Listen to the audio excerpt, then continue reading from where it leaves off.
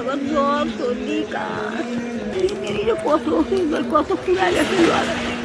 এর মধ্যে কত ওষুধ ফুরা গেছে সেই কিনবেন। ছেলে নাই, ছেলে একটা বয়স দিন হয় না, দেখতেন না মারে ধরে বসে দিয়ে নাকি করে দিয়েছে যদি মারে করলে ভাগ দেয় না। এই যে গন্ধ ভাগ দেখতে পারে না, তোর সাথে কোথা কোথা ঘিন্নে করে, তুই মরিস না যত মাথায় কিছু।